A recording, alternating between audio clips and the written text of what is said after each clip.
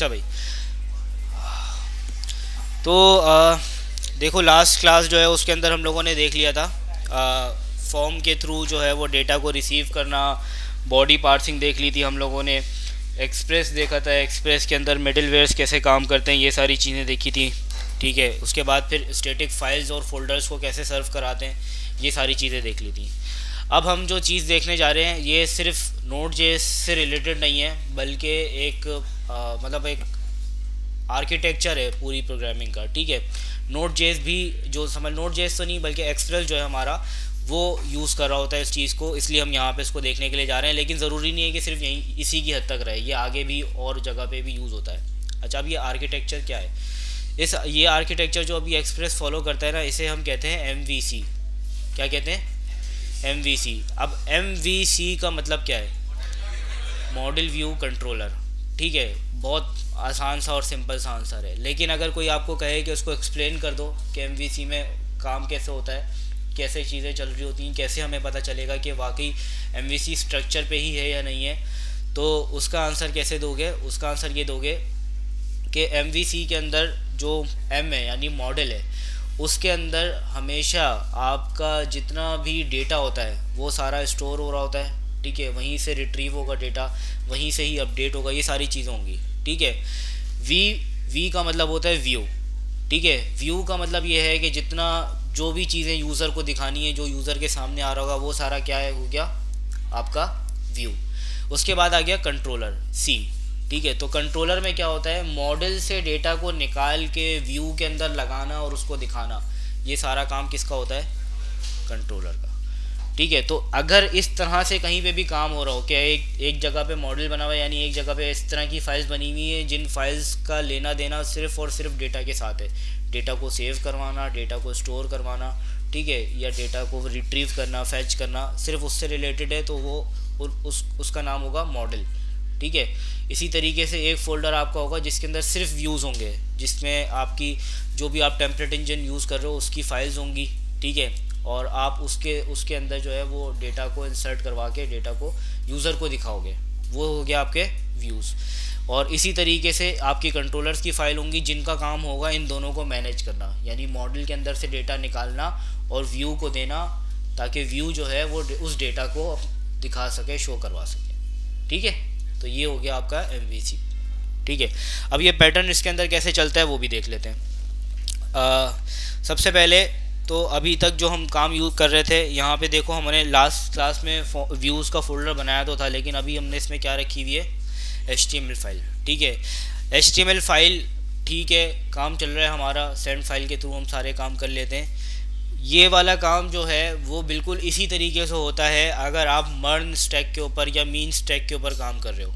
ठीक है, बिल्कुल इसी तरह से चलेगा, उसमें कुछ चेंजेस कुछ भी करने की ज़रूरत नहीं है। लेकिन अगर आप उस स्टैक के ऊपर नहीं हो, आप ट्रेडिशनल नोड जेएस वाले सर्वर के ऊपर काम करो जिस तरह से, जिसमें सर्वर साइड रेंडरिंग होती थी, तो उसमें ये चीज़ नहीं चलेगी।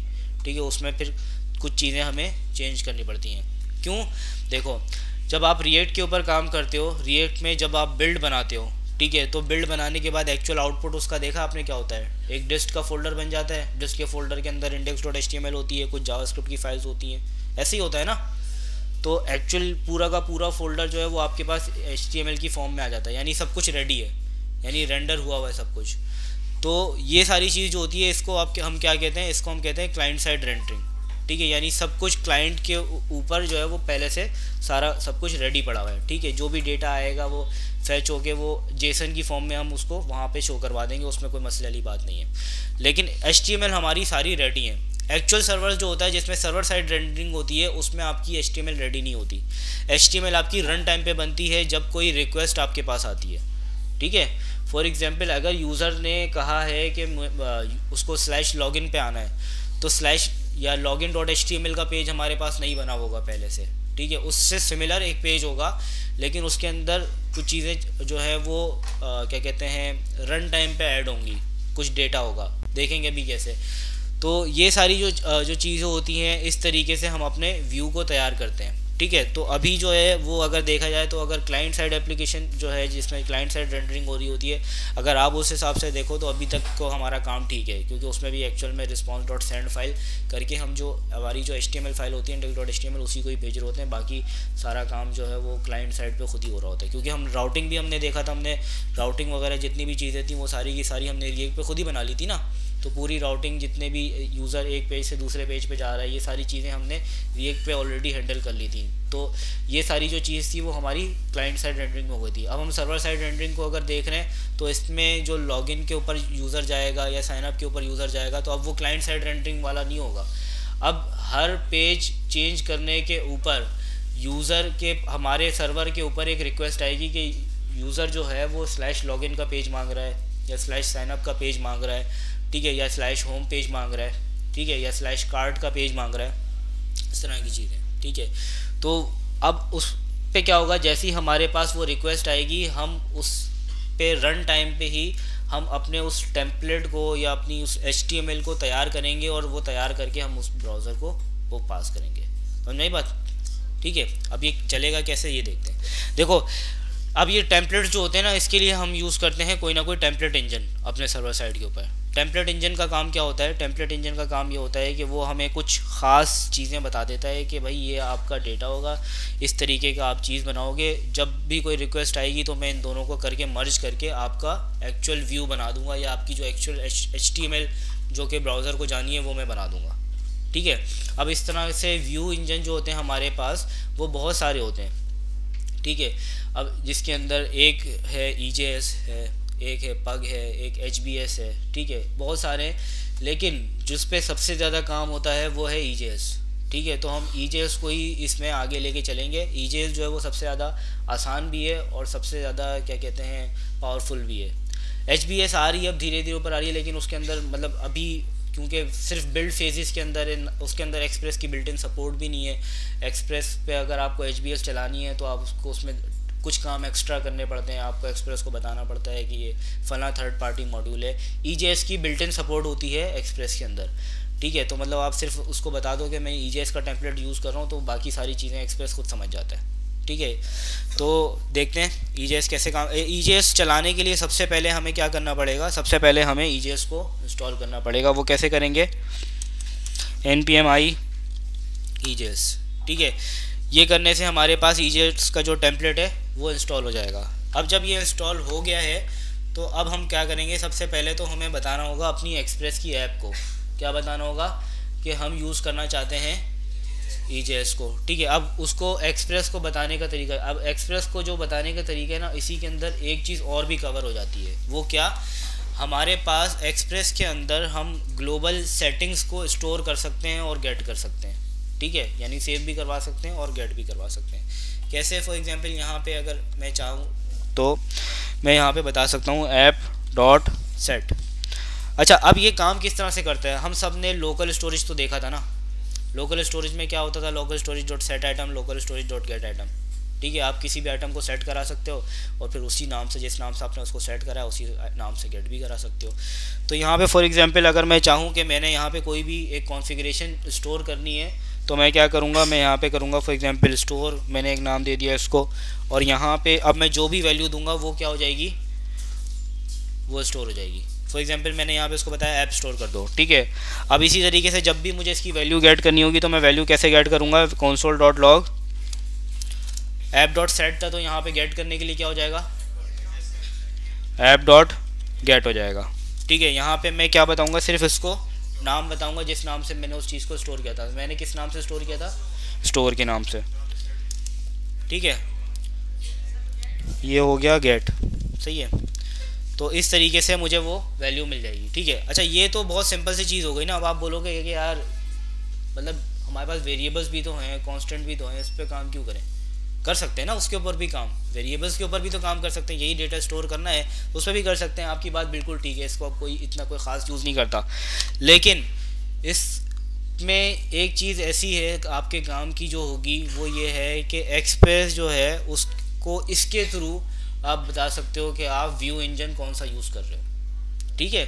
फॉर एग्जांपल यहाँ पे जहाँ पे आपने स्टोर रखा था, यहाँ पे अगर आप कुछ स्पेसिफिक वैल्यूज़ होती हैं जिसको एक्सप्रेस खुद रीड करता है, ठीक है, जिनमें से एक है व्यू इंजन, ठीक है। व्यू इंजन के अंदर आप वैल्यू अपनी बताओगे क्या, EJS। अब एक्सप्रेस इसको रीड कर लेगा, एक्सप्रेस को पता चल जाएगा अच्छा हम व्यू इंजन जो है वो कौन सा यूज़ कर रहे हैं, EJS का। बिल्कुल इसी तरीके से हमने एक चीज़ और सेट करनी पड़ती है यहाँ पे,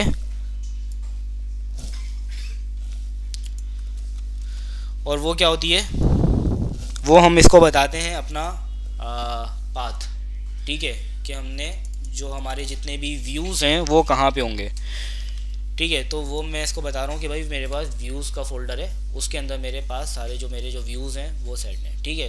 तो ये चीज़ बेसिकली एक तरह से देखा जाए तो कांस्टेंट ही रहेगी, आप क्योंकि मैं हमेशा आप लोगों को एंडोर्स करूँगा। वैसे तो आप चाहो तो व्यूज़ की जगह आप इसमें कोई सा भी इस फोल्डर को नाम दे सकते हो, जो भी फोल्डर को यहाँ पे नाम दोगे सेकंड वैल्यू यहाँ पे चेंज हो जाएगी और वो चल भी जाएगी, लेकिन कन्वेंशन यही है कि आप इसका नाम हमेशा व्यूज़ ही रखें, ठीक है।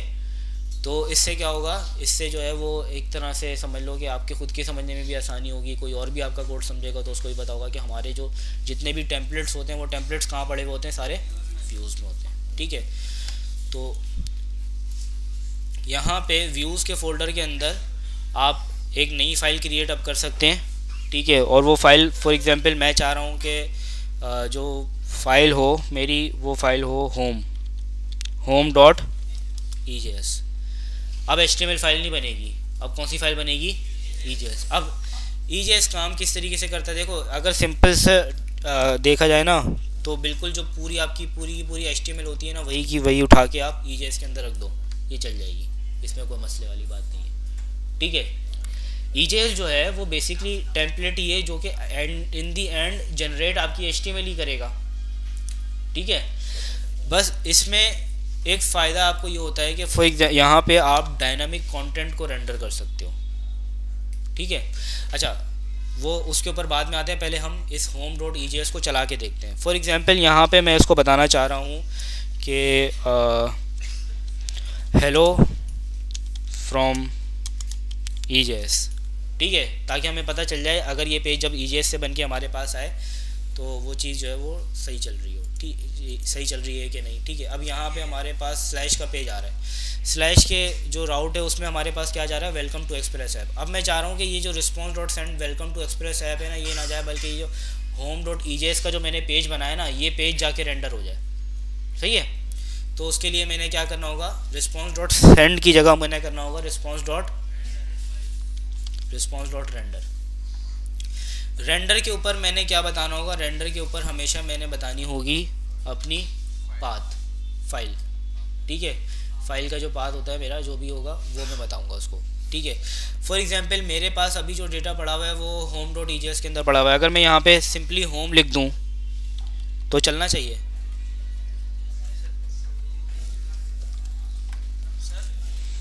अच्छा मैं नोडमोन चला लेता हूँ अपने पास ना,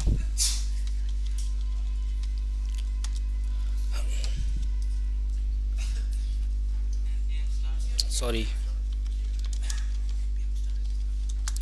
नोडमोन क्योंकि हमने लोकली इंस्टॉल किया था तो इस वजह से वो टर्मिनल पे हमें नहीं मिलता, package.json को मिल जाता है। तो इस वजह से हमने package.json के अंदर एक स्क्रिप्ट बनाई थी npm स्टार्ट की और वहाँ पे नोडमोन को रख दिया था, ताकि क्योंकि यहाँ पे इसको नोडमोन जो है वो मिल जाता है, ठीक है।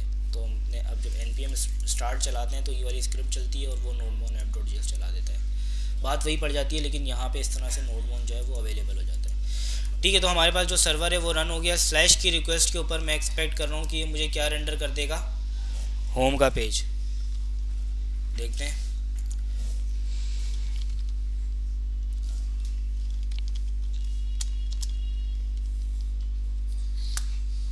हेलो फ्रॉम EJS हमारे पास आ गया। ये जो बैकग्राउंड ब्लैक किया था हमने, याद है CSS से किया था, वो CSS की फाइल अभी भी लगी हुई है वहाँ पे,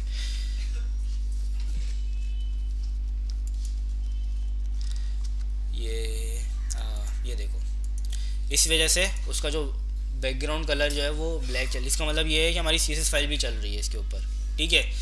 तो EJS के ऊपर जैसे ही हमारे पास यहाँ पे रिक्वेस्ट आई, ठीक है, हमने उसको बताया response.render home। अब होम की कोई HTML फाइल तो हमारे पास नहीं है ना, देख लो यहाँ पे कोई home.html रखी हुई है, नहीं रखी हुई, ठीक है। तो इसका मतलब ये है कि कोई HTML तो हमारे पास HTML तो नहीं जा रही यहाँ से। ये इसका मतलब यही है कि ये होम डॉट EJS पे ही आ रहा है। और इसका एक सबूत ये भी है कि हमने यहाँ पे लिखा हुआ है हेलो फ्रॉम EJS, तो यहाँ पे ये भी आ गया हेलो फ्रॉम EJS। तो इसका मतलब ये है कि हमारे पास जो EJS टेम्पलेट जो है वो क्या हो रहा है, अब रेंडर हो रहा है। सही है।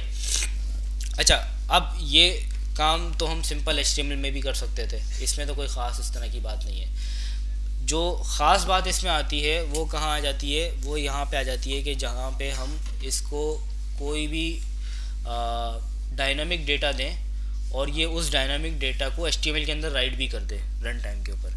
ठीक है, फॉर एग्जांपल मैं चाह रहा हूँ कि जब भी मेरे पास यहाँ पे कोई रिक्वेस्ट आती है होम के अंदर, मैं साथ साथ इसको डेट भी दे दूँ, करंट डेट जो भी आ रही है ना वो शो हो जाए। ठीक है, तो वो उसके लिए मैं क्या करूँगा, मैं इसको एडिशनल डेटा पास करा सकता हूँ रेंडर करते वक्त। ठीक है, कैसे? फॉर एग्जांपल मैंने एक की बना ली, ऑब्जेक्ट रखा मैंने, ऑब्जेक्ट के अंदर एक की बना ली डेट की, और डेट को हमने क्या दे दिया, न्यू डेट। ठीक है, या फॉर एग्जांपल मेरे पास यहाँ पे कोई, मुझे पता चल जाता है कि कोई यूज़र है। ठीक है, मैं डेटाबेस से उसकी रिक्वेस्ट के ऊपर डेटाबेस से उसका यूज़र नेम फैच करा लेता हूँ। ठीक है, या तो मैं उसको बता दूँ यहाँ से यूज़र नेम,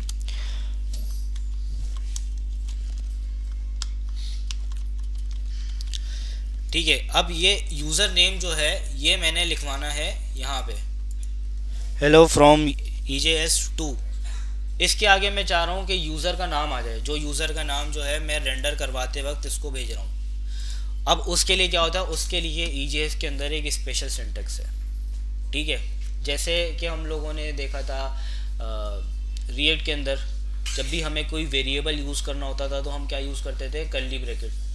ठीक है, उसी तरीके से इसके अंदर भी एक सिंटेक्स है। इसका सिंटेक्स क्या है, इसका सिंटेक्स ये है कि सबसे पहले तो जो आप HTML के लिए एक साइन बनाते हो जिसमें ब्रैकेट आपका ओपन होता है ना, बिल्कुल उसी तरीके से आप वो बनाओगे। उसके बाद फिर आप लगाओगे परसेंटेज का साइन। ठीक है, अच्छा, अब परसेंटेज के साइन के बाद ही आप इसको इसी तरीके से क्लोज भी कर दोगे। सही है, ये इसका सिंटेक्स है। लेकिन अब इन दोनों के अंदर एक फ़र्क है, इसमें एक फ़र्क है, मतलब फ़र्क ये है कि इसके अंदर एक चीज़ होती है सिंगल लाइन और एक होती है मल्टी लाइन। ठीक है, यानी जो भी आप डेटा यहाँ पे चलाना चाह रहे हैं, यहाँ पे बेसिकली यहाँ पे मकसद जो है ना हमारा कोई वेरिएबल इनपुट कराना नहीं है। EJS जो है वो हमें अलाउ कर देता है हम HTML के अंदर ही जावास्क्रिप्ट लिख दें अपनी। ठीक है, अब वो जो जावास्क्रिप्ट है वो सिंगल लाइन भी हो सकती है, मल्टी लाइन भी हो सकती है। फॉर एग्जांपल अगर मैंने सिर्फ एक वेरिएबल की वैल्यू दिखानी है तो वो सिंगल लाइन होगा, मल्टी लाइन होगा, सिंगल लाइन होगा। लेकिन अगर मैंने इफ एल्स चलाना है तो फिर वो क्या होगा, वो मल्टी लाइन होगा। ठीक है, तो सिंगल लाइन के लिए EJS हमेशा ये कहता है कि जहाँ पे आपकी ओपनिंग हो रही है ना वहाँ पे आप एक =2 का साइन लगा दें। ठीक है, अब =2 लग गया तो इसका मतलब ये है कि EJS समझ जाएगा कि यहाँ पे जो भी काम है वो सिंगल लाइन है, यानी इसी की हद तक रखना है इसको और आगे लेके नहीं जाना। ठीक है, तो अब हमारे पास जो हमने यहाँ पे अपना एक वेरिएबल सेट किया था, किस नाम से सेट किया था, यूज़र के नाम से। अगर मैं यहाँ पे इसको रख दूँ यूज़र, ठीक है, तो हमारा जो डेटा है वो आ जाएगा, यानी रेंडर करवाते वक्त हमने वो डेटा पास किया। अब ये डेटा डायनामिक हो गया। डायनामिक कैसे हो गया, देखो जब भी हमारे पास कोई रिक्वेस्ट आएगी, ठीक है, यहाँ तो सिंपल स्लैश की रिक्वेस्ट है ना, ठीक है, जिसमें हमारे पास सिर्फ यूज़र है और यूज़र अभी हमने हार्ड कोडेड कर दिया है। एक्चुअल में हम क्या कर रहे होंगे, जब हमारे पास कोई रिक्वेस्ट आएगी, ठीक है, उसकी बिहाफ के ऊपर हमारी ऑथेंटिकेशन भी चल रही होगी, बहुत सारी चीज़ें चल रही होंगी ना, मिडिल वेयर से होता हुआ आ रहा होगा ना। वो जब मिडिल वेयर से होता हुआ आ रहा है तो हम ऑथेंटिकेशन भी पहले ही परफॉर्म करवा चुके हैं, सारी चीज़ें। उसी के अंदर यूज़र का ऑब्जेक्ट भी हमें मिल जाएगा जब हम ऑथेंटिकेशन आगे पढ़ेंगे, ये सारी चीज़ें कैसे करवा सकते हैं। ठीक है, जब यूज़र का ऑब्जेक्ट मिल जाएगा तो हमें पता चल जाएगा यूज़र कौन है। ठीक है, ऐसा ही है ना। इसी तरीके से बाज़ औक़ात ऐसा भी होता है कि जब भी कोई रिक्वेस्ट आती है, उस रिक्वेस्ट के ऊपर आप डेटाबेस के अंदर कोई क्यूरी परफॉर्म करते हो। जब डेटाबेस से उसका रिज़ल्ट आ जाता है तो आप क्या करते हो, उसी रिज़ल्ट को रेंडर के अंदर भेज देते हो। रेंडर के अंदर जब आपने उस रिज़ल्ट को भेज दिया, वो हो गया व्यू के अंदर सेट। ठीक है, जैसे अभी हमने करवाया है, जब वो व्यू के अंदर सेट हो गया तो उसी तरीके से वो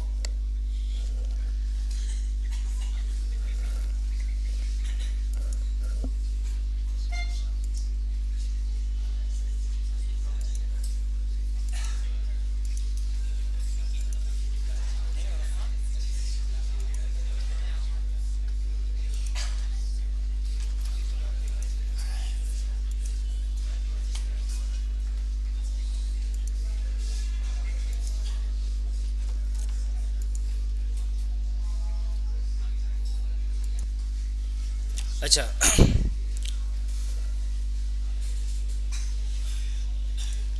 तो ठीक है, ये डेटा जो है वो हमारा डायनामिक इस तरह से यहाँ पे आ रहा है। तो अब इसके अंदर और क्या क्या हो सकता है, ठीक है, ये तो सिंपल सा हमारे पास एक व्यू हो गया ना, ठीक है। अब ये चीज़ जो है वो समझ में उस वक्त तक नहीं आती जिस वक्त तक आप एक्चुअल खुद प्रैक्टिकल एग्जाम्पल जो है वो उसमें कुछ बना के ना देख लो, ठीक है।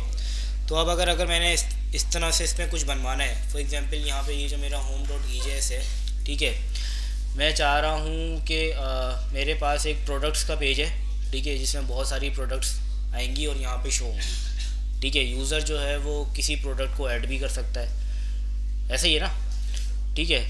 तो यूज़र किसी प्रोडक्ट को ऐड भी करे और जब वो प्रोडक्ट्स के पेज पे आए तो उसको वो प्रोडक्ट्स जो हैं वो सारी नज़र भी आएँ। अब ये वाला काम कैसे हो सकता है, देखो सबसे पहले तो हमें यहाँ पे जो ये वाली जो चीज़ें हैं ना, ये वाली जो हमारी रिक्वेस्ट हैं, ठीक है, इनको यहाँ पे जो है ना ज़्यादा कचरा हो रहा है, ठीक है। इसको सबसे पहले शिफ्ट करेंगे कहाँ पे, जो हमारी कंट्रोलर्स बनाएंगे और उन कंट्रोलर्स के अंदर लेके जाके उसमें शिफ्ट करेंगे, ठीक है, ताकि जो अब जो जितना भी काम हो रहा है वो सारा का सारा कहाँ से हो, कंट्रोलर्स से हो जाए, ठीक है। देखते हैं हम कंट्रोलर्स किस तरीके से काम करते हैं। कंट्रोलर्स के अंदर कोई ख़ास समझने वाली इस तरह की कोई बात नहीं है, बस समझ लो ये वाला जो फंक्शन होता है ना, ये वाला जो कि आप app.use या app.get को या app.post को जो फंक्शन पास कर रहे हो, उस फंक्शन को एक डिफरेंट फाइल्स के अंदर सेव करवाते हो, उन फाइल्स से मंगवा के यहाँ पे रख देते हो, ठीक है। इसका मतलब ये है कि आपके जितने भी राउट्स हैं, सिर्फ उन राउट्स का काम यही है कि वो बता दे कि इस रिक्वेस्ट के ऊपर इस कंट्रोलर पे जाना है, बस। उसके बाद जितना भी काम हो रहा होगा वो कहाँ हो रहा होगा, कंट्रोलर्स के अंदर, ठीक है। आओ कंट्रोलर्स बनाते हैं। कंट्रोलर्स बनाने के लिए सबसे पहले तो सिंपल ही यहाँ पे जो है वो एक फ़ोल्डर बना लेते हैं, न्यू फोल्डर करके, ठीक है। इसका नाम क्या होना चाहिए, कंट्रोलर्स, ठीक है। अच्छा, अब फॉर एग्जांपल मैं यहाँ पे बनाना चाह रहा हूँ, जैसा भी मैंने आप लोगों को बताया कि कोई ई-कॉमर्स टाइप मैं कुछ बनाना चाह रहा हूँ, ठीक है, जिसके अंदर मैंने अभी फ़िलहाल ये करना है कि मुझे सारी प्रोडक्ट्स की लिस्ट नज़र आ जाए, ठीक है, और मैं प्रोडक्ट्स को ऐड भी करवा सकूँ, ठीक है। तो इसमें टोटल कितने कंट्रोलर्स बनने चाहिए,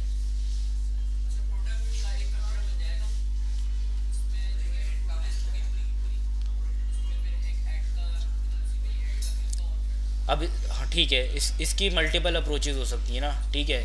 आप इसको और मल्टीपल लेवल पे भी ब्रेक कर सकते हो। कैसे, फॉर एग्जांपल आपका अगर देखा जाए तो आप एक प्रोडक्ट्स का कंट्रोलर बना लो, ठीक है, उसी के अंदर सारा काम रख दो, ठीक है। अगर आप चाहो तो आप जो है वो ऐसे भी काम कर सकते हो कि आपने ऐड प्रोडक्ट के लिए एक अलग कंट्रोलर बना लिया, ठीक है, या प्रोडक्ट की एडिशन के लिए बना लिया, या रीडिंग के लिए बना लिया एक अलग प्रोडक्ट, ठीक है। या फिर आप और उसको कैटेगरी में डिवाइड कर दो, फॉर एग्जांपल जो प्रोडक्ट्स को ऐड कर रहा है उसके लिए आप एडमिन कंट्रोलर बना लो, ठीक है, और जो प्रोडक्ट्स को व्यू कर रहा है उसके लिए कस्टमर का कंट्रोलर बना लो, ठीक है। इसके लिए मल्टीपल पॉसिबिलिटीज़ हैं, जिस तरीके से आप चाहो उस तरीके से इसके ऊपर काम कर सकते हो। फॉर एग्जांपल फ़िलहाल के लिए अभी हम क्या करते हैं, यहाँ पे एक फ़ाइल बनाते हैं प्रोडक्ट्स के नाम से, ठीक है।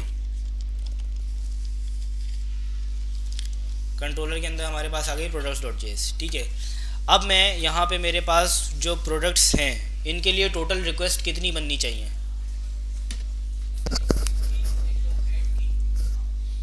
देखो प्रोडक्ट्स की लिस्ट यूज़र देखेगा ना, तो इसका मतलब ये है कि एक तो जो हमारे जो प्रोडक्ट्स का पेज होगा, ठीक है, जहाँ पे या /प्रोडक्ट्स कह लो जिस पेज को, उस पेज के ऊपर यूज़र को हम सारी प्रोडक्ट्स दिखाएंगे, ठीक है। तो एक तो रिक्वेस्ट ये हो गई, ठीक है। दूसरी, यूज़र को हमने फॉर्म दिखाना है जहाँ पे वो जिस फॉर्म के ऊपर वो क्या करेगा, प्रोडक्ट को ऐड करेगा। तो एक हो गई गेट की रिक्वेस्ट फॉर्म के ऊपर, जिससे फॉर्म यूज़र के पास नज़र आएगा। दूसरी एक और रिक्वेस्ट कौन सी हो गई, तीसरी रिक्वेस्ट पोस्ट की रिक्वेस्ट हो गई, जिससे फॉर्म सबमिट होगा, सही है। जिससे फॉर्म जब वो फॉर्म सबमिट होगा तो हम क्या करेंगे, उस डेटा को लेके प्रोडक्ट्स के अंदर ऐड करा देंगे। हो गया, क्लियर हो गया, ठीक है। चलो अब यहाँ पे products.js जो है वो हमारे पास बन गई है, ठीक है। लेकिन अब यहाँ पे एक काम करते हैं, ये होम वगैरह जो है ना, इन सारी चीज़ों को ऐसे ही रहने देते हैं। हम कहाँ आते हैं, हम पहले जो काम कर रहे थे अपने राउट्स में कर रहे थे, राउट्स के अंदर हमारे पास form.js था, ठीक है। अब ये form.js मतलब समझ में आ रहा है या नहीं आ रहा, मतलब फॉर्म डॉट जेएस को वैसे ही रखें या इसको चेंज कर लेना बेहतर है? देखो हमारे पास अभी राउट्स, अभी टोटल अभी देखा जाए तो हमारे पास 3 रिक्वेस्ट बन रही हैं टोटल, ठीक है। एक स्लैश प्रोडक्ट की बन रही है, एक स्लैश फॉर्म की बन रही है और एक स्लैश सबमिट की बन रही है, ठीक है। ऐसे ही है ना, या स्लैश फॉर्म की ही रिक्वेस्ट बना लो, एक गेट की हो जाएगी, एक पोस्ट की हो जाएगी, सही है ना। तो चलो फॉर्म डॉट जेएस जो है वो तो समझ में आ रहा है हमें। कैसे समझ में आ रहा है? जब यूज़र फॉर्म को गेट करेगा और यूज़र फॉर्म को पोस्ट करेगा, इनके लिए 2 रिक्वेस्ट होंगी, ये दोनों रिक्वेस्ट फॉर्म डॉट जेएस के अंदर आ सकती हैं, ठीक है। जहाँ पे यूज़र सारी प्रोडक्ट्स को देख रहा होगा वो कौन सा यूआरएल होगा, वो कौन सा राउट होगा? स्लैश प्रोडक्ट्स का। उसके लिए उसको फॉर्म डॉट जेएस में रखना सही है या नहीं? वो नहीं है। उसके लिए हम एक अलग फाइल बना लेते हैं अपने राउट्स के अंदर ही, न्यू फाइल करके,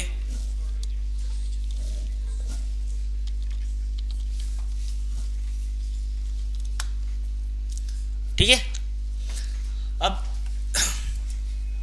प्रोडक्ट्स डॉट जेएस के अंदर वैसे देखा जाए ना तो फॉर्म डॉट जेएस वाला जो काम है ना वो भी प्रोडक्ट डॉट जेएस में आ सकता है। ज़्यादा सेंस प्रोडक्ट डॉट जेएस में बना रहा है, पता है क्यों? बताओ क्यों? क्योंकि एक्चुअल एडिशन जो हो रही है या गेटिंग हो रही है या फॉर्म जो जा रहा है उसका वो प्रोडक्ट के हवाले से जा रहा है ना, रिलेटेड तो वो प्रोडक्ट से। तो फॉर्म डॉट जेएस जो है वो एक्चुअल में देखा जाए तो सेंस नहीं बना रहा, क्योंकि फॉर्म जो है वो तो हमारे पास बहुत सारे हो सकते हैं, ऐसे ही है ना। लेकिन अगर वो चीज़ प्रोडक्ट में आ जाए ना, वो पूरा फॉर्म का जो भी रिक्वेस्ट है, तो उससे क्या हो जाएगा हमारा कि वो एक जनरलाइज हो जाएगी वो चीज़ जो है, तो हमें पता चल जाएगा कि ये प्रोडक्ट से रिलेटेड है। तो मैं क्या कर रहा हूँ, मैं ये सारी चीज़ें जो है यहाँ से इसको हटा के, फॉर्म डॉट जेएस से हटा के इसको कहाँ रख रहा हूँ? प्रोडक्ट डॉट जेएस के अंदर। फॉर्म डॉट जेएस जो है वो मेरी क्या हो सकती है अब? डिलीट, सही है। ये सारी रिक्वेस्ट यहाँ पे बन गई। अच्छा, अब यहाँ से अगर मैंने इस चीज़ को जो है वो क्या कहते हैं डिस्टर्ब किया है, उसको छेड़ा है यहाँ से, तो मुझे ये चीज़ जो है इसको चेंज करना पड़ेगा। कहाँ पे? जहाँ पे ये राउट्स जो है, ये जो राउटर है ये रजिस्टर हो रहा था, कैसे कहाँ पे हो रहा था वो? यहाँ पे ऐप डॉट जेएस के अंदर, ठीक है। ये जो फॉर्म राउट्स हैं, सबसे पहले तो इसका जो पाथ है वो चेंज हो गया है। इसका पाथ अब क्या हो गया?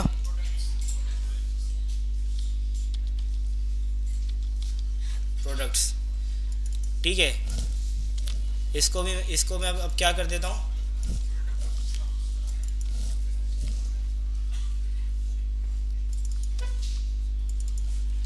अच्छा इसमें जो रिक्वेस्ट आनी है वो कौन सी आएंगी?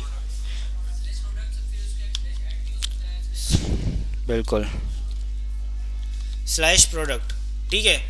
अब स्लैश प्रोडक्ट के आगे अब मैं आगे देखना चाह रहा हूँ, यहाँ पे आ जाता हूँ राउट में वापस। मैं चाह रहा हूँ कि अब स्लैश प्रोडक्ट स्लैश फॉर्म की जो रिक्वेस्ट आती है पोस्ट की,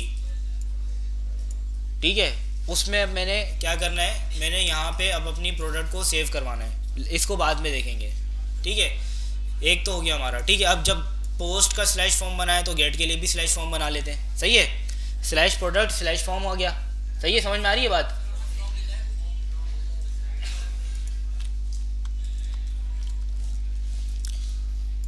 बिल्कुल इसी चीज़ को उठा के यहाँ पे भी रख देते हैं, ठीक है।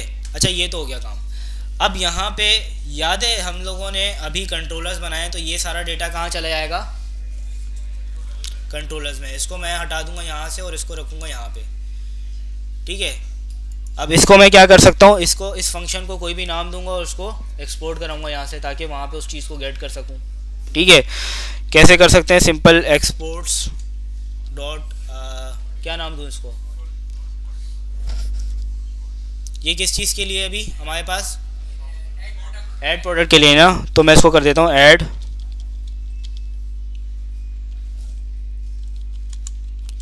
Exports dot add product is equal to, ठीक है। इसी चीज़ को मैं वापस गेट करूँगा यहाँ पे, ठीक है, ताकि मैं इसको पास करा सकूँ।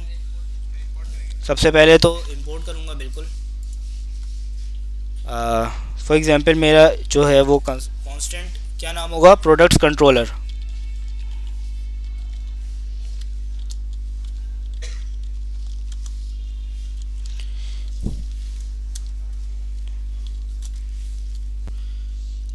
अच्छा, ये इसका पाथ कैसे चलेगा? सबसे पहले अभी मैं कहाँ पे खड़ा हुआ हूँ? राउट्स के अंदर खड़ा हूँ। तो पहले मैं राउट्स के फोल्डर से बाहर निकलूँगा, डॉट डॉट स्लैश, यहाँ से मैं कौन से फोल्डर में चले आऊँगा? कंट्रोलर्स, और कंट्रोलर्स के अंदर मेरे पास आ गई प्रोडक्ट्स। क्लियर है? यहाँ पे अब मैं क्या बता सकता हूँ? प्रोडक्ट्स कंट्रोलर डॉट फंक्शन का नाम क्या रखा था मैंने? Add product. अब मुझे बताओ आप लोग, मैंने यहाँ पे फंक्शन को राउंड ब्रैकेट देने या नहीं देने?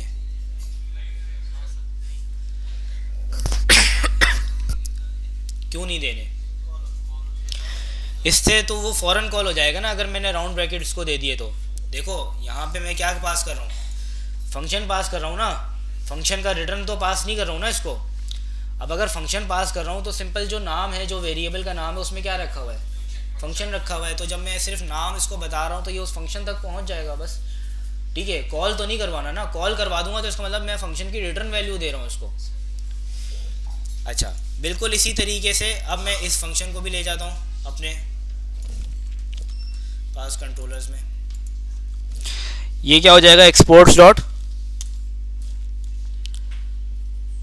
ये ऐड प्रोडक्ट था ना, यहाँ पे क्या होगा? पोस्ट ऐड प्रोडक्ट तो ऊपर वाला है। देखो अब ऐड प्रोडक्ट जो है ना वो दोनों के लिए सेम चल रहा है, तो इसका मतलब ये है कि हमें कुछ ऐसा करना पड़ेगा कि दोनों का जो नाम है वो चेंज हो जाए। ठीक है, मतलब ज़्यादा सेंस बना रहा हूँ ना दोनों का नाम। क्या कर सकते हैं यहाँ पे? Add product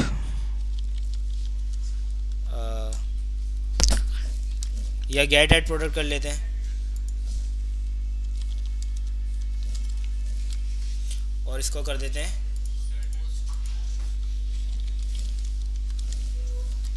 post add product.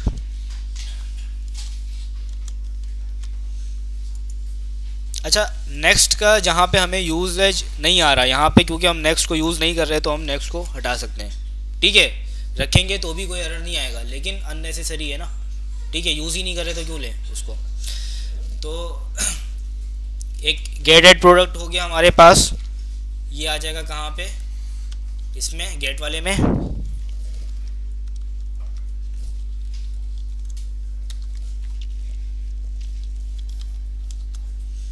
और ये क्या हो जाएगा? Post add product. एक काम ये करते हैं कि गेट वाले को ऊपर ले आते हैं। ठीक है जी, क्या पास करेंगे?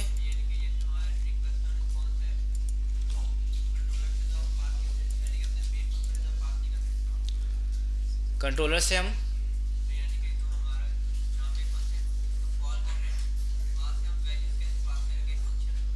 देखो, हमने ये इसकी बात कर रहे हो, पैरामीटर्स की। जब हमने फंक्शन पूरा उसे दे दिया, इस फंक्शन को कॉल कौन कर रहा है? कॉल कौन कर रहा है? इस फंक्शन को कॉल कर रहा है राउटर डॉट पोस्ट और राउटर डॉट गेट। इसको हम पास कर रहे थे ना। अभी भी तो हमने फंक्शन उसी को ही पास किया है। जब यही इस फंक्शन को कॉल करेगा तो पैरामीटर्स की वैल्यू भी यही देगा। ठीक है, अच्छा क्लियर है भाई ये चीज़? ये हमने कंट्रोलर्स बनाए और कंट्रोलर्स के थ्रू वही काम किया। कुछ कोई ख़ास रॉकेट साइंस वाली बात नहीं है इसके अंदर। ठीक है, क्या काम किया हमने?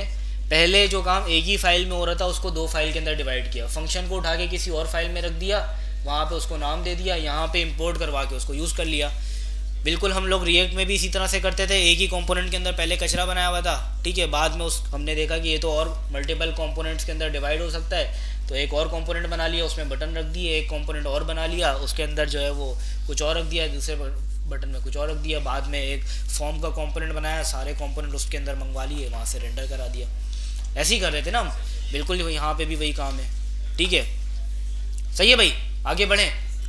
देखो अब अगर देखा जाए ना तो मेरे पास ये स्लैश फॉर्म और ये बिल्कुल उसी तरीके से बिल्कुल ठीक काम कर रही होंगी। ठीक है, लेकिन मैंने यहाँ पे एक काम ये करना है कि सबसे पहले तो ये जो गेट ऐड प्रोडक्ट आएगा ना, इसके बिहाफ पे मैंने क्या करवाना है? यहाँ पे मैंने रेंडर करवाना है।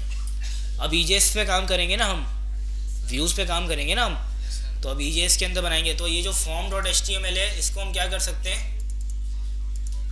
इसको ईजेएस कर दें, यहीं से इसको रीनेम करते हैं।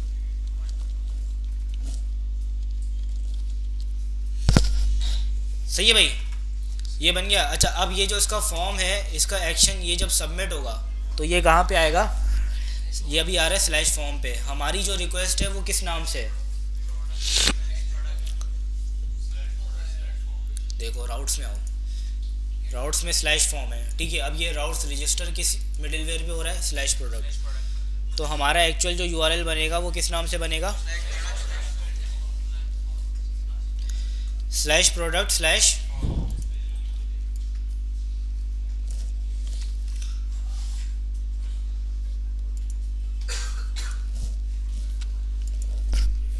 अच्छा। अब ये तो हो गया, ठीक है। फॉर्म का जितनी भी हमारी रिक्वेस्ट का जो भी डेटा हो रहा होगा वो तो हमारे पास आ रहा होगा पोस्ट वाले में, ठीक है। पोस्ट वाले में भी सिंपल रिस्पॉन्स डॉट सेंड हो रहा है, वो बाद में देखेंगे। लेकिन गेट एट प्रोडक्ट के अंदर अब हमने क्या करवाना है, रिस्पॉन्स डॉट सेंड फाइल तो नहीं करवाना ना, अब क्या करवाना है, रिस्पॉन्स डॉट रेंडर। अब ये सारी चीज़ें जो हैं इसकी अब ज़रूरत नहीं है हमें। अब यहाँ पे हम क्या बताएंगे, फॉर्म, क्योंकि फॉर्म डॉट ईजेएस के नाम से व्यू पड़ा हुआ है ना हमारे पास, तो हम इसको फॉर्म बताएंगे तो ये चीज़ चलनी चाहिए ना, ठीक है। अच्छा इसके साथ साथ मैं एक चीज़ और भेजना चाह रहा हूँ, मैं इसको चाह रहा हूँ कि ये जो इसका टाइटल जो है ना वो डायनामिक हो जाए, ठीक है। यानी उसकी वैल्यू मैं यहाँ से भेजूँ, ज़रूरत नहीं है लेकिन सिर्फ आपको समझाने के लिए एक बार फिर से करके दिखा रहा हूँ। मैं यहीं पे एक कॉमा लगा के एक और पैरामीटर रेंडर को पास करूँगा, इसको लगा के बताओ उसको यार, ये कि इसको ये जो ऑब्जेक्ट है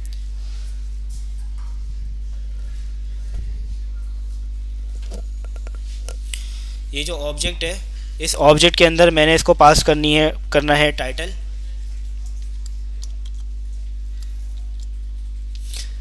टाइटल के अंदर मैं फॉर एग्जांपल यहाँ पे भेज रहा हूँ कि ऐड प्रोडक्ट फॉर्म, ठीक है। ये टाइटल मैं कहाँ गेट कर सकता हूँ, ये जो है वो मैं गेट कर सकता हूँ यहाँ पे, ठीक है। कैसे गेट करूँगा अब आप लोग बताओ। सबसे पहले क्या लगाऊँ, एंगुलर ब्रैकेट लगा दिया, इसके बाद परसेंटेज इज इक्वल टू क्यों आएगा, सिंगल लाइन है, ठीक है। अब क्या करना है, इसको क्लोज कैसे करना है, क्लोज कैसे करना है, दोबारा इक्वल टू लगाऊँ परसेंटेज और, ठीक है। यहाँ पे क्या लिखूँ मैं, टाइटल, सही है भाई। अब मैं यहाँ पे आता हूँ और यहाँ पे लोकल होस्ट 3000 के आगे मैं क्या लिखूंगा, क्या था हमारे पास, स्लैश प्रोडक्ट था ना,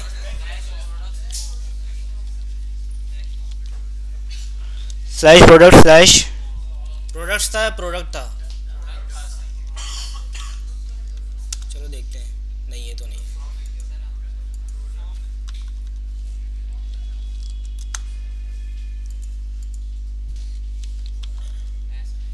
ठीक है। तो ये हमारे पास ये आ गया, ये देख लो टाइटल जो है वो भी हमारे पास सेट हुआ हुआ है ईजेएस से, सही है भाई, क्लियर है ना। अब इसको सबमिट करवाने की करें। अच्छा सबसे पहले तो मैं यहाँ पे आ जाता हूँ, मैंने यहाँ पे जो भी मेरी प्रोडक्ट होगी ना, मुझे और कुछ भी नहीं चाहिए, सिर्फ प्रोडक्ट का टाइटल चाहिए, ठीक है, क्वांटिटी भी नहीं चाहिए। चलो इसको आप लोग इसमें जितनी चाहो फील्ड ऐड कर लेना बाद में, अभी फ़िलहाल मुझे सिर्फ टाइटल चाहिए, ठीक है। इस टाइटल को मैं कहाँ पे गेट करूँगा, रिक्वेस्ट डॉट बॉडी के अंदर गेट करूँगा, ठीक है। अच्छा अब यहाँ पे ही फॉर एग्जांपल अभी चलो मैं एक काम करता हूँ कि जो मेरे पास जो सारी प्रोडक्ट्स आएंगी ना उसके लिए भी एक बना लेता हूँ कंट्रोलर के, सही है। प्रोडक्ट्स के अंदर मैं यहाँ पे बता देता हूँ, एक मेरे पास होगा फैच ऑल, ठीक है। फैच ऑल मैं यहाँ पे उसको करने से पहले मैं बता रहा हूँ अपने पास, क्योंकि मैंने प्रोडक्ट्स को सेव भी कराना है ना, तो अभी फ़िलहाल मैं क्या कर रहा हूँ, प्रोडक्ट्स को सेव करवाऊँगा मैं एक एरे के अंदर करा देता हूँ। लोकल स्टोरेज मेरे भाई ब्राउज़र में होती है, यहाँ पे नहीं होती, ठीक है। तो यहाँ पे ऐड प्रोडक्ट के ऊपर क्या होगा, products dot push, request dot body के अंदर क्या आएगा मेरे पास, एक ऑब्जेक्ट आएगा जिसके अंदर टाइटल की होगी और उसकी वैल्यू क्या होगी, जो भी मैंने इनपुट के अंदर रखा है। तो मैं यहाँ पे रिक्वेस्ट डॉट बॉडी पुश करा सकता हूँ, उसको करवा सकता हूँ ना, अगर डॉट टाइटल रखता हूँ तो फिर वो ऑब्जेक्ट नहीं बनेगा ना, मैं चाह रहा हूँ एरे ऑफ ऑब्जेक्ट बन जाए, ठीक है, जिसमें अंदर टाइटल की हो, ताकि बाद में और वैल्यूज़ अगर मैंने ऐड करनी है तो और भी हो जाए। सही है। और यहाँ पे रिस्पॉन्स डॉट सेंड के अंदर मैं क्या बता दूँ इसको, सेव्ड, ठीक है। अच्छा, ये सेव्ड होने के बाद अब रिस्पॉन्स फैच ऑल के अंदर क्या जाएगा, रिस्पॉन्स डॉट सेंड,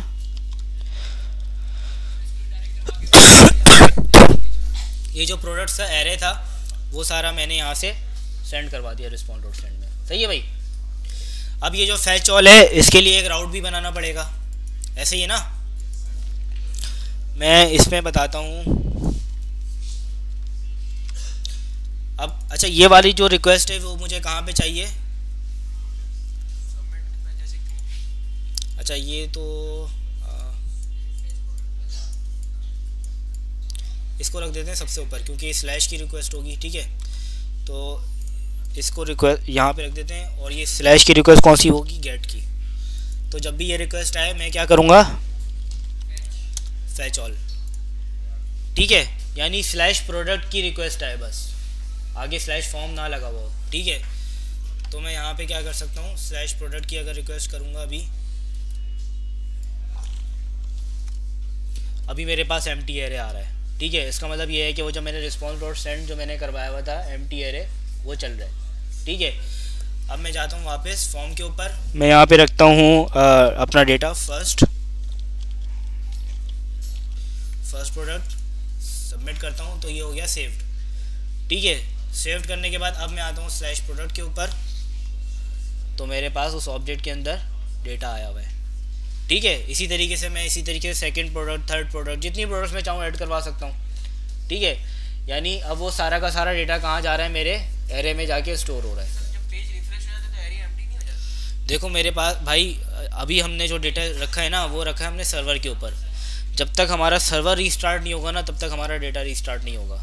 जब हम ब्राउज़र के अंदर काम कर रहे होते थे ना, उस टाइम पे क्या होता था, जैसे ही पेज रिफ्रेश हुआ सारा डेटा गया, ठीक है, सारे वेरिएबल्स रीलोड हो जाते थे। अब सर्वर तो लोड हुआ हुआ है ना, जब तक हम सर्वर को क्लोज करके दोबारा से रीचलाएंगे तब तक का सारा डेटा क्या होगा, वैसे ही रहेगा, सेव रहेगा, ठीक है। अच्छा, ये हो गया। अब मैं चाह रहा हूँ कि यहाँ पे कंट्रोलर्स के अंदर ये वाला जो प्रोडक्ट्स का डेटा था ये मिल जाए किसको, मेरे किसी एक EJS टेम्पलेट को। किसको मिले, EJS टेम्पलेट को मिल जाए, और वो EJS टेम्पलेट क्या करे, वो लिस्ट रेंडर करा के दिखाए। सही है। तो यहाँ पे मैं क्या कर सकता हूँ, यहाँ पे मेरे पास एक न्यू फाइल मैं बना सकता हूँ व्यूज़ के अंदर, products डॉट EJS, ठीक है। इस प्रोडक्ट्स के अंदर फ़िलहाल कुछ डेटा तो रखना ही है ना हमने, तो एक काम करते हैं, ये कॉपी कर लेते हैं और ये रख देते हैं यहाँ पे, ठीक है। अच्छा, अब ये जो हेलो फ्रॉम EJS है ना, इसकी जगह पे हम क्या करेंगे, यहाँ पे हम बनाएंगे एक डिव बना लेते हैं अभी फ़िलहाल, ठीक है। इस डिव के अंदर डिफरेंट ULLI बना लेते हैं। सही है। अच्छा, तो प्रोडक्ट्स है मेरे पास, यहाँ से ये सारा कुछ हो रहा है। अब ये जो फैच ऑल है, फैच ऑल के ऊपर मैंने अब रिस्पॉन्स डॉट सेंड नहीं करना, क्या करना है मैंने, यार ये एक ही बंदा क्यों जवाब दे रहा है, बाकी सब सो रहे हो क्या, समझ में भी आ रहा है या नहीं आ रहा। ये जो मेरे पास फैच ऑल की रिक्वेस्ट है मेरे, अब क्योंकि प्रोडक्ट्स डॉट EJS की एक फ़ाइल बना ली है अपने पास, तो अब मैं रिस्पॉन्स डॉट सेंड की जगह क्या करूँगा, रिस्पॉन्स डॉट रेंडर करूँगा, क्योंकि इसका नाम भी प्रोडक्ट्स है। इसको कर देते हैं स्ट्रिंग में प्रोडक्ट्स, ठीक है, ताकि इसी नाम से सर्च करे। और उसके बाद जो मेरे पास ऑब्जेक्ट है, उस ऑब्जेक्ट में मैं क्या पास कर देता हूँ, प्रोडक्ट्स, ठीक है। अब इस ऑब्जेक्ट के अंदर मैंने प्रोडक्ट्स पास किए, तो इसका मतलब क्या है, प्रोडक्ट्स के नाम से ही की होगी, और उसके अंदर वैल्यू में सारी वो प्रोडक्ट्स का पूरा एरे पड़ा हुआ होगा। ऐसा ही है ना, ठीक है। मैं आ जाता हूँ वापस कहाँ पे, प्रोडक्ट्स डॉट EJS के अंदर। अब यहाँ पे मैं बताता हूँ कि भाई मेरे पास जो है वो एक UL होगा, ठीक है। अब मैं चाह रहा हूँ इसके ऊपर कि इसके जो LI होंगे वो क्या होते हैं, वो रिपीट हो जाएं, जिस तरह से हमने क्या करवाया था, रिएक्ट के अंदर मैप करवाया था, ऐसे ही है ना, ठीक है। अब वो अगर मैंने यहाँ पे करवाना है LI के अंदर, तो वो मैं EJS को कैसे बताऊंगा कि भाई ये वाला काम हो जाए, ठीक है। अब हम यूज़ करेंगे वो जो मल्टी लाइन वाला जो था ना, उसको यूज़ करेंगे। कैसे यूज़ कर सकते हैं, देखो सबसे पहले तो हमने ये लगाया एंगुलर ब्रैकेट और उसके बाद परसेंटेज साइन। अब इक्वल्स टू तो हमने लगाना नहीं है, क्यों, क्योंकि सिंगल लाइन नहीं है, ठीक है। और फिर इसको करेंगे क्लोज। अब चूंकि ये मल्टीपल लाइन है तो इसके अंदर कौन सा डेटा आएगा, इसके अंदर सिर्फ पहली लाइन का डेटा आएगा, ठीक है। कौन सा डेटा आएगा, फॉर एग्जांपल अगर मैं चाह रहा हूँ यहाँ पे फॉर लूप चल जाए, तो ये मैंने बनाया फॉर लूप, ठीक है। यहाँ पे मैंने लिखा वेरिएबल आई इक्वल्स टू क्या, मैप नहीं चला सकते यार, मैप इस यहाँ पे चलाना मुश्किल हो जाएगा। उसके अंदर फिर आप इसके अंदर जो है ना, यहाँ पे इसमें आप वो नहीं लिख सकते, HTML का कंटेंट नहीं लिख सकते। यहाँ पे सिर्फ जावास्क्रिप्ट का कंटेंट ही आना चाहिए। रिएक्ट के अंदर जो है वो एक्चुअल में हम जावास्क्रिप्ट के अंदर HTML लिख रहे होते थे, इसलिए वहाँ पे वो चीज़ चल जाती थी। फॉर एग्जांपल यहाँ पे मैंने लिखा वेरिएबल आई इक्वल्स टू 0 पे इसको इनिशियलाइज कराया। ये भी कर सकते हैं, फॉर ईच भी यूज़ कर सकते हैं, ठीक है। फॉर ईच भी चला सकते हैं, जो आपको बेहतर लगे आप वो चला सकते हो। अच्छा, अब वो जो मेरा जो डेटा है वो डेटा कहाँ पे आ रहा है, प्रोडक्ट्स के अंदर आ रहा है। तो मैं यहाँ पे क्या करूँगा, प्रोडक्ट्स, पहले तो मैं आई बताऊँगा ना, I is less than products dot length, और क्या हो जाएगा आई प्लस प्लस।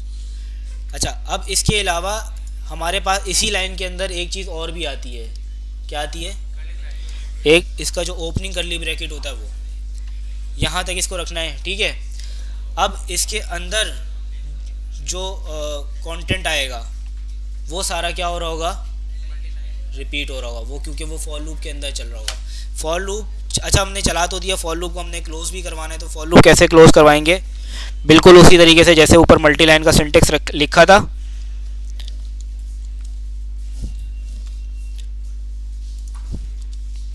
यहाँ पे अब क्लोजिंग जो ब्रैकेट होता है वो वाला आ जाएगा, ठीक है। ये हमारा बन गया फॉर लूप। अब इसके अंदर हम सिंपल अपनी HTML वाला काम कर सकते हैं। देखो ये भी मल्टी लाइन है, ये भी मल्टीपल लाइन है, ठीक है। यहाँ से हमने लूप को स्टार्ट किया था, यहाँ पे हमने लूप को एंड कर दिया। सिर्फ इसके अंदर जो कंटेंट आ रहा है ना वो रिपीट होगा। अब वो कैसे रिपीट होगा वो देखते हैं। फॉर एग्जांपल यहाँ पे मैंने चलाना क्या है, अपने पास LI के अंदर जो डेटा होगा वो डेटा कहाँ से उठाना है मेरे को, वो भी अब वो डेटा जो है वो भी जावास्क्रिप्ट से आएगा, लेकिन वो डेटा कहाँ से, वो डेटा क्योंकि सिंपल एक वेरिएबल के अंदर है, ठीक है। तो उस डेटा को हम कैसे लिखवाएंगे, वो अब हम लिखवाएंगे सिंगल लाइन के अंदर। बिल्कुल बिल्कुल,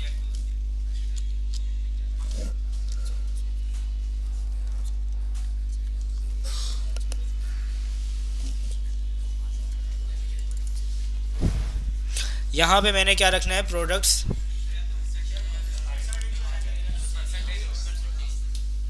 ओह सॉरी, यहाँ पे आएगा प्रोडक्ट्स आई डॉट, क्योंकि मैंने यहाँ पे सिर्फ टाइटल ही है ना, मैं पास टाइटल ही दिखाऊंगा, डॉट टाइटल, ठीक है भाई। चलना चाहिए, दुआ करो चले। स्लैश प्रोडक्ट स्लैश, अभी हमारे पास देखा जाए तो, क्योंकि हमारे पास सर्वर अभी हमारा रीस्टार्ट हुआ, हमने सर्वर में चेंजेस की थी ना, इसलिए हमारे पास डेटा कुछ भी नहीं है। तो हम दोबारा जाएंगे फॉर्म पे, नहीं वो तो हमने शायद किया हुआ है, देख लेंगे। अगर मैं कह देता हूँ टाइटल नंबर 1 और सबमिट करता हूँ, ये सेव हो गया। अब मैं आ जाता हूँ वापस स्लैश प्रोडक्ट के ऊपर, तो ये आ गया हमारे पास डेटा, ठीक है। वो जो डेटा हमने स्टोर कराया था वो हमारे पास यहाँ से लिस्ट के अंदर से रेंडर होकर आ रहा है। एरे में गया वो डेटा, एरे से वापस आया। अगर मैं यहाँ से जाता हूँ वापस फॉर्म के ऊपर और टाइटल नंबर 2 को रखता हूँ और फिर सबमिट करता हूँ और वापस स्लैश प्रोडक्ट पे आ जाता हूँ, तो ये टाइटल नंबर 2 भी आ गया हमारे पास, ठीक है। तो वो डेटा डायनामिकली कहाँ जा रहा है, हमारे पास एरे में जा रहा है, और एरे से ही उठ के हमारे पास वो सारी चीज़ें आ रही हैं, ठीक है। अब हमने 2 चीज़ें तो कवर कर ली, हमने कंट्रोलर्स भी कवर कर लिए और हमने EJS जो है यानी हमारे जो टेम्पलेट्स हैं वो भी हमने कवर कर लिए, यानी व्यूज़, ठीक है, MVC में से हमने V और C कर लिया, M रह गया है मॉडल्स। ठीक है, तो मॉडल्स के ऊपर आ जाएं आज या अगली क्लास में कर लें? चलो अच्छी बात है, अगर आज ख़त्म हो जाए तो ज़्यादा अच्छी बात है। बहुत सिंपल सी चीज़ है, कोई इसमें क्या कहते हैं, कोई रॉकेट साइंस नहीं है, कोई हाथी घोड़े नहीं लगेंगे। देखो अब कुछ चीज़ें मैंने बताई हैं, अब कुछ चीज़ें आप मेरे को बताओ। सबसे पहले तो ये जो कंट्रोलर्स के लिए मैंने कंट्रोलर्स का फ़ोल्डर बनाया था, व्यूज़ के लिए व्यूज़ का फ़ोल्डर बनाया था। ठीक है, मॉडल के लिए क्या बनाऊँगा? मॉडल का फ़ोल्डर बनाऊँगा।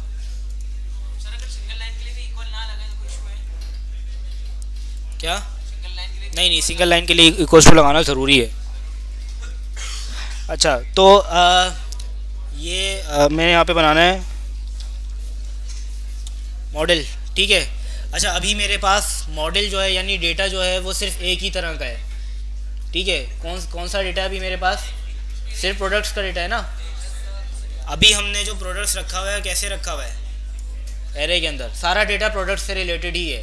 तो हमारे पास अभी मॉडल सिर्फ एक ही बन सकता है। कौन सा मॉडल बनेगा? ठीक है, यहाँ पे मैं बनाऊंगा न्यू फाइल और इसका नाम होगा प्रोडक्ट। याद रहे यहाँ पे सिंगुलर आएगा। क्यों?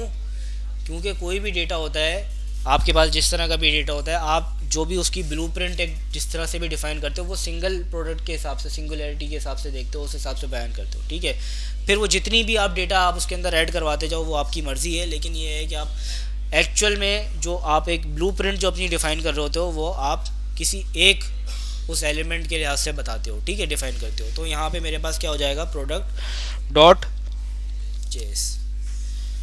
ठीक है, ये बन गया मेरा। अच्छा, अब ये जो मॉडल है, अब इस मॉडल को लोग कैसे हैंडल करते हैं ये बिल्कुल आपके ऊपर है। देखो अगर आप चाहो ना तो यहाँ पे सिंपल फंक्शंस भी बना सकते हो और बिल्कुल वही वाली अप्रोच जो यहाँ पे हमने रखी थी ना, एरे के अंदर डेटा ऐड होगा और डेटा के अंदर, बिल्कुल वैसे भी यूज़ कर सकते हो।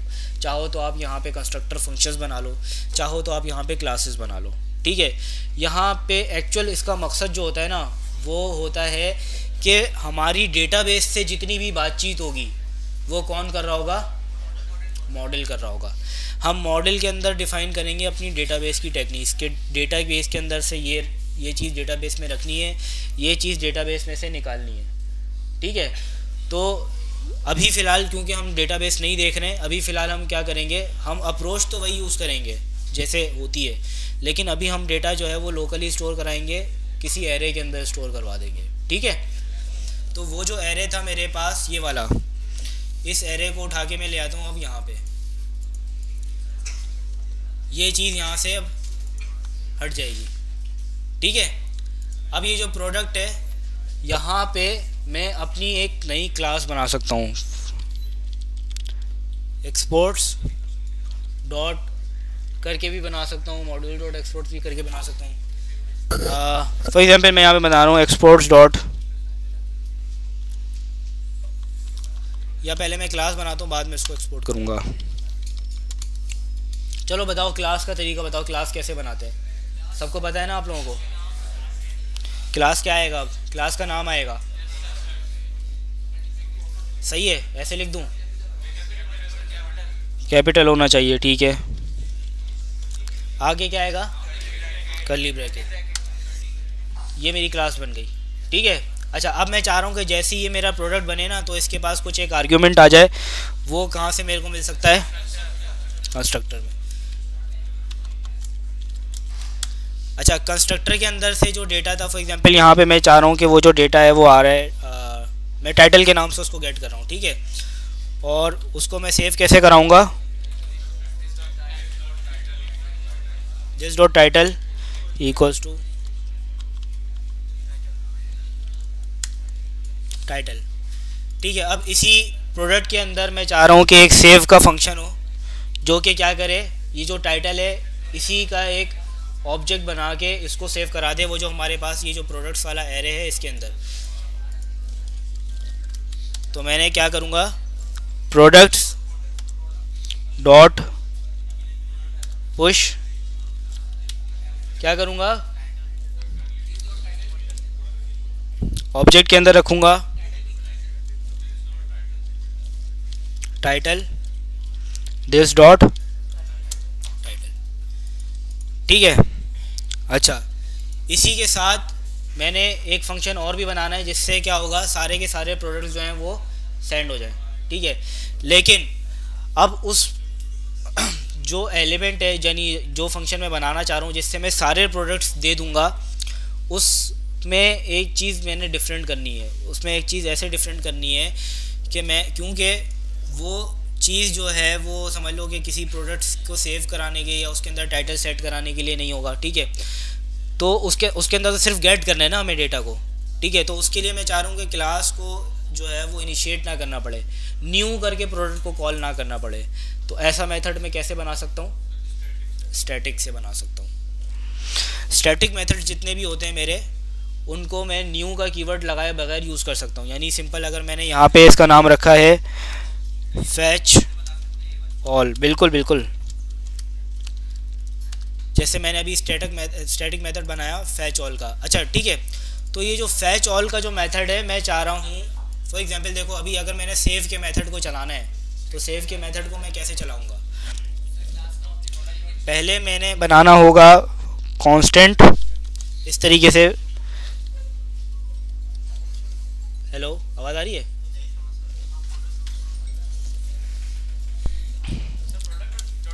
फॉर एग्जांपल मैं यहाँ करूँगा प्रोडक्ट इक्वल्स टू, अभी बताता हूँ, product equals to new product, ठीक है। यहाँ पे मैं इसको क्या पास करूँगा? जो भी मैंने टाइटल जो है वो इसको देना है वो यहाँ से पास करूँगा इसको, ठीक है। और उसके बाद फिर क्या करूँगा, इस प्रोडक्ट यानी ये जो मैंने न्यू करके करवाया है कॉल, इसका जो एक नया एक इंस्टेंस बना है, उसके अंदर फिर मेरे को डॉट सेव करवाना पड़ेगा, ठीक है। अब अगर मुझे सिर्फ फैच ऑल चाहिए, उसके लिए अगर मुझे न्यू प्रोडक्ट कॉल करना पड़े, उसको टाइटल बताना पड़े, क्या ये बात सेंस बना रही है? नहीं बना रही ना, क्योंकि मैंने तो सारे गेट करने हैं ना, मैं एक नए प्रोडक्ट का टाइटल वहाँ पे क्यों बताऊँ? सही है। अब मैं चाह रहा हूँ कि बगैर न्यू को कॉल किए मैं डायरेक्टली प्रोडक्ट के अंदर से किसी एक फंक्शन को कॉल करा लूँ, ठीक है। उसके लिए मेरे पास कौन से मेथड्स होते हैं? स्टैटिक। तो स्टैटिक मेथड के आगे कोई भी मेथड आप बना रहे हो, उसके आगे अगर आप रख देते हो स्टैटिक, तो वो कैसे कॉल हो सकता है? Simply product dot fetch all, ऐसे करके, ठीक है।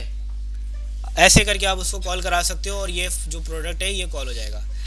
अच्छा, अब ये चल तो ऐसे ही जाता है, लेकिन इसके अंदर एक रिस्ट्रिक्शन है। रिस्ट्रिक्शन क्या है पता है? रिस्ट्रिक्शन ये है कि इसके अंदर से ये जो आपका दिस है ना, ये काम नहीं करता, ठीक है। लेकिन हमें इसका फ़र्क नहीं पड़ेगा, क्यों? क्योंकि हमारे पास जो प्रोडक्ट्स है वो तो बाहर रखा हुआ है, ऐसा ही है ना। तो हम यहाँ से यहाँ पे इसको क्या कर सकते हैं, यहाँ से हम इसको सिंपली रिटर्न कर सकते हैं प्रोडक्ट्स, ठीक है। बात समझ में आ रही है? अब ये जो हमने मॉडल एक तैयार कर लिया, इस मॉडल को हम कहाँ पे यूज़ करेंगे? कंट्रोलर में, ठीक है। बिल्कुल, एक्सपोर्ट कर लेते हैं।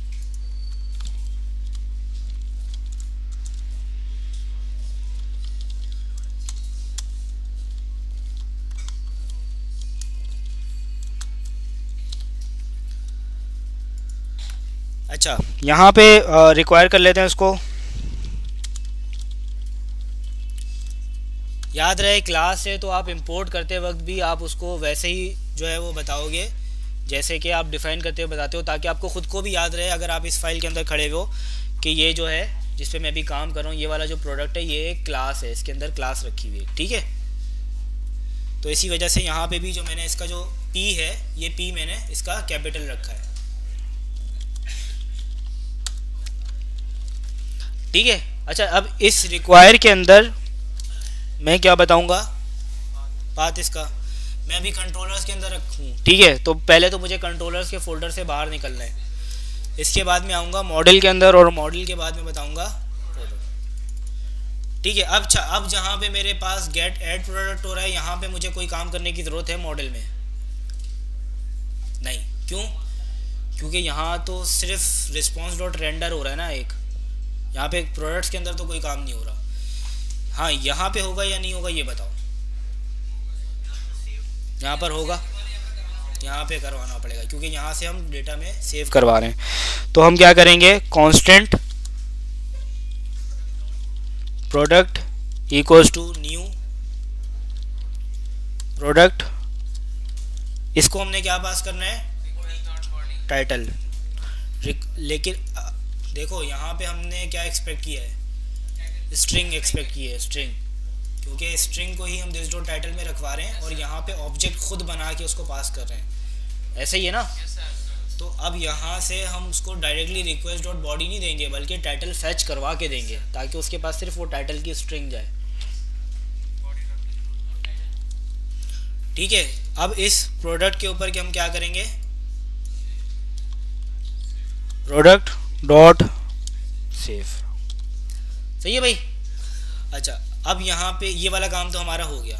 इसके बाद हम आते हैं फैच ऑल में। फैच ऑल में हम यहाँ पे हमें प्रोडक्ट्स चाहिए, क्या करेंगे प्रोडक्ट्स के लिए, सबसे पहले तो कांस्टेंट बना लेते हैं एक, products equals to product dot fetch all, ठीक है भाई, चलना चाहिए। अब इसको रीलोड कर लेते हैं, सब चला गया डेटा, ठीक है। क्यों चला गया डेटा, क्योंकि हमने सर्वर में चेंजेस किए, हमारा सर्वर रीलोड हुआ है। हम आ जाते हैं स्लैश फॉर्म के ऊपर, यहाँ पे मैं इसको देता हूँ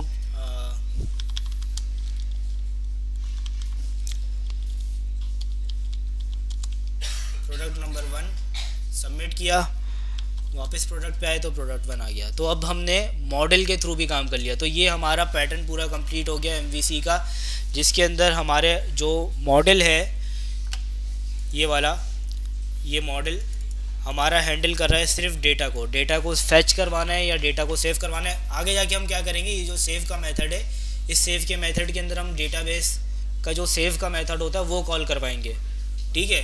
फैच ऑल के अंदर क्या करवाएंगे, डेटाबेस का जो फैच का मेथड होता है वो कॉल करवाएंगे। अभी हमने सिर्फ इसको एरे के अंदर ही स्टोर किया है, ये भी आगे जाके देखेंगे जब हम मोंगोडीबी पढ़ लेंगे, फिर बताता हूँ। ये हमारा हो गया मॉडल, ठीक है। इसके अंदर हम क्या कर रहे हैं, डेटा को सेव करवा रहे हैं, फैच करवा रहे हैं, ठीक है। बाद में डेटा को डिलीट करवाना, सारा कुछ डेटा से रिलेटेड जितना भी काम होगा हमारा, वो सारा का सारा कहाँ आ जाएगा, मॉडल में आ जाएगा, ठीक है, आ गया। इसी के बाद हम चलते हैं कंट्रोलर्स में। कंट्रोलर्स का काम क्या है, कंट्रोलर्स के अंदर बेसिकली देखा जाए तो वही रिक्वेस्ट रिस्पॉन्स वाले फंक्शन है, ठीक है। जितना भी काम कर रहे हैं वो सारा कौन काम कर रहे हैं, अब कंट्रोलर कर रहे हैं, ठीक है। राउट्स के अंदर सिर्फ हमने ये बताया कि इस राउट पे आपने इस वाले कंट्रोलर को कॉल करवाना है, ठीक है। पहले हम राउट्स में ही सारा काम कर रहे थे, वो ज़्यादा कचरा हो रहा था। अब देखो हमारे जो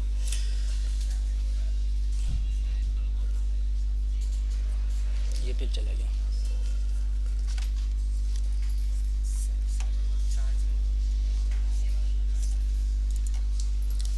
तो वो जो हमारा राउट्स का जो फंक्शन था, देखो अब कितना क्लियर हो गया, ऐसा ही है ना, साफ़ सुथरा हो गया। अब हमें कोई भी हमारी रिक्वेस्ट के अंदर, किसी भी रिक्वेस्ट के अंदर इशू आ रहा होगा, हम सबसे पहले कौन सी फाइल में आएंगे, राउट्स में आके देखेंगे कि कौन सा इशू है। फॉर एग्जांपल हमारे पास जो फॉर्म की पोस्ट की रिक्वेस्ट है उसमें इशू आ रहा है, मैंने यहाँ से कंट्रोल दबाया, इस पर क्लिक किया, मैं आ गया इस फंक्शन के ऊपर, मुझे पता चल गया कि हाँ यार ये वाला जो है ना, ये इसमें मसला है। फॉर एग्जांपल यहाँ पे भी मसला नहीं आ रहा, मुझे लग रहा है कि डेटा जो है मॉडल के अंदर मसला है, मैं यहाँ पे क्लिक किया, मैं आ गया मॉडल के अंदर, तो हमारा डेटा जो है वो कितनी मैनेज फॉर्म में आ गया इसकी वजह से। तो मैं भी हमेशा आपको एंडोर्स करूँगा, और जो जितनी भी अच्छी बड़ी कंपनीज होती हैं वो भी हमेशा इसी एक जो पैटर्न है, इसी पैटर्न के ऊपर काम करती हैं। कहीं पे भी आपको जाओगे तो आपको इसी स्ट्रक्चर के ऊपर ही काम करना है, मॉडल व्यू कंट्रोलर, ठीक है। व्यू के अंदर हम क्या कर रहे होते हैं, व्यू के अंदर हम जो भी हमारा डेटा है जो कि हमने यूज़र को शो करवाना है, ठीक है, उसकी जितनी भी मैनेजमेंट होती है वो यहाँ पे कर रहे होते हैं। अच्छा, फॉर एग्जांपल सिर्फ एक तफरी के लिए मैं चाह रहा हूँ आप लोगों को कितना समझ में आया, अगर मैं आ जाता हूँ प्रोडक्ट के ऊपर, ठीक है। अब मैं चाह रहा हूँ यहाँ पे कि ये जो यूएल है ना मेरी, अगर प्रोडक्ट्स डॉट लेंथ जो है वो 0 से कम है, ठीक है, तो ना शो हो। इसकी जगह पे यहाँ पे मेरे पास एक और डिव आ जाए, बल्कि ये वाला पूरा डिव ही शो ना हो, बल्कि इसकी जगह पे ये वाला डिव आ जाए।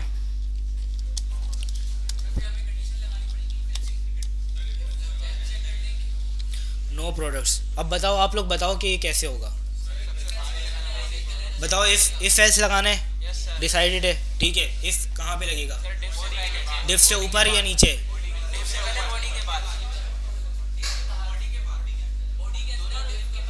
बॉडी के अंदर और डिफ के बाहर। चलो यहाँ पे लगा लेते हैं। यहाँ पे मैंने लगाया। अच्छा ये बताओ कि परसेंटेज भी लगा लिया, इक्वल्स टू आएगा या नहीं? नहीं आएगा, ठीक है। चलो यहाँ पे इसका मतलब ये है कि मैं इसकी कंडीशन लगा सकता हूँ इस तरीके से, और यहाँ पे कर्ली ब्रैकेट सिर्फ ओपन रख के छोड़ूंगा, ठीक है।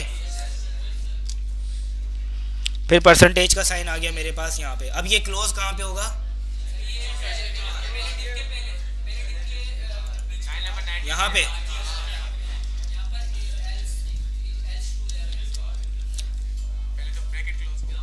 पहले तो ये इसका इफ का जो ब्रैकेट है वो मैंने क्लोज करना है, और उसके बाद मैंने क्या करना है?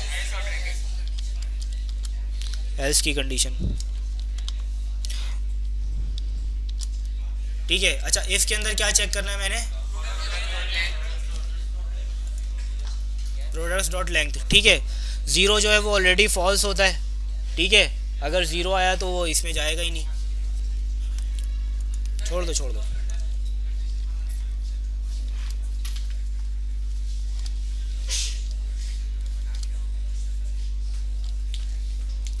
इसकी इंडेंटेशन कर देते हैं, समझने के लिए आसानी हो जाए हमें। सर इसके लिए फॉर्मेटर नहीं आता है? हाँ हाँ है बिल्कुल। ईजेएस का कोई ना कोई आपको जो है वो, अगर आप यहाँ पे प्लगइन्स में जाओगे तो मिल जाएगा। इसका प्लगइन वगैरह भी होते हैं और इसकी अच्छी सपोर्ट आ जाएगी प्लगइन के थ्रू। मैं इस पे काम असल में करता नहीं हूँ, वीएस कोड पे मैं वेबस्टॉर्म पे काम करता हूँ, उसमें हर चीज़ की बिल्ट इन सपोर्ट होती है। तो मैं आ जाता हूँ यहाँ पे, ठीक है।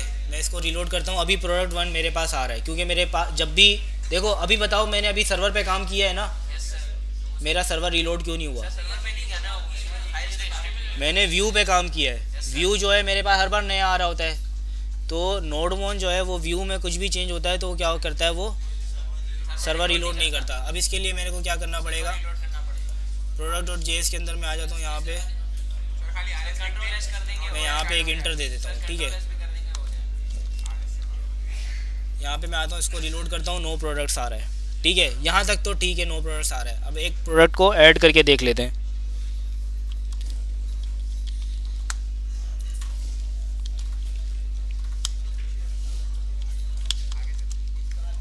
टाइटल 1 लिखा मैंने, सबमिट किया, ठीक है भाई। मज़ा आया?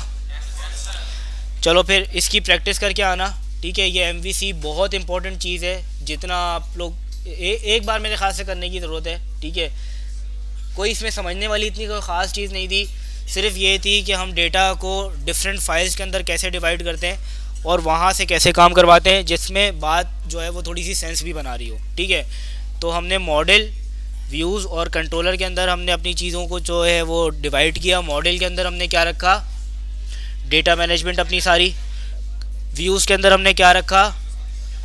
जो यूज़र के जितने भी व्यूज़ हैं जो यूज़र के पास जाएंगे वो सारे हमने कहाँ रखे? व्यूज़ में रखे। कंट्रोलर में हमने क्या रखा? सारी लॉजिक्स जितनी भी थी वो सारी हमने कहाँ रख दी? कंट्रोलर के अंदर, ठीक है। सही है भाई? कोई क्वेश्चन? स्टैटिक फंक्शन क्यों बनाया है? अब देखो, स्टैटिक फंक्शन इसलिए बनाया कि जब मैं इस फंक्शन को कॉल करूं तो मुझे न्यू प्रोडक्ट कॉल ना करना पड़े, मैं सीधा प्रोडक्ट डॉट फैच ऑल कर लूँ बस, ठीक है। यहाँ पे जब हम सेव कर रहे थे, सेव करने से पहले ये देखो, सेव करने से पहले मुझे प्रोडक्ट के लिए न्यू प्रोडक्ट करना पड़ रहा था। अब अगर यहाँ पे सिर्फ मैंने फैच ऑल करना है, यहाँ पे अगर मुझे इस तरीके से न्यू प्रोडक्ट करना पड़े, सेंस बना रही है ये बात? नहीं बना रही ना। तो इस वजह से मैं चाहता था कि जो मेरा फैच ऑल का जो मेथड है वो बिना क्लास मतलब कोई नया इंस्टेंस बनाए ही चल जाए, इस वजह से मैंने उसको स्टैटिक बनाया, ठीक है। वो सब मतलब हर इंस्टेंस को मिल जाएगा, कोई नया हो पुराना कोई भी हो, बस मैं सिंपली प्रोडक्ट डॉट करके वो कर सकता हूँ, ठीक है। इसके लिए मुझे नया इंस्टेंस बनाने की ज़रूरत नहीं है जी।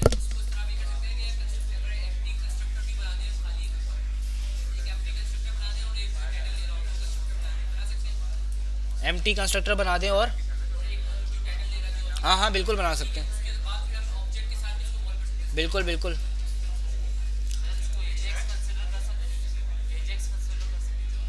यार एजेक्स क्या होती है बताओ? क्या होती है?